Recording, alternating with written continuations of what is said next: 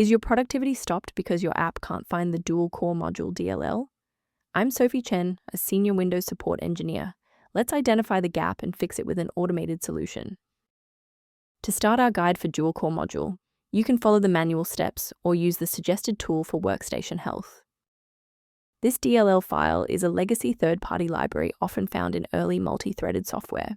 It provides basic logic for distributing application tasks across 2 CPU cores to improve performance on older PCs. Now that you're up to speed on the file's role, let's begin the repair process. The dual-core module DLL is bundled directly with hardware utility rather than being a standard Windows system file. Reinstalling the latest version of hardware utility is the most reliable way to restore this specific dependency safely. Persistence of this error after a clean reinstall suggests that the issue may reside within the current user session's initialization.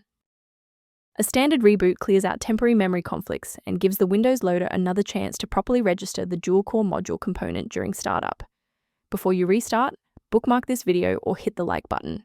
It makes it much easier to find this tutorial in your history so you can pick up exactly where we left off.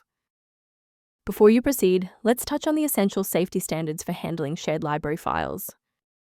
Ensure your hardware remains stable and your software stays under warranty by avoiding the manual manipulation of high-level library files, like the dual-core module DLL.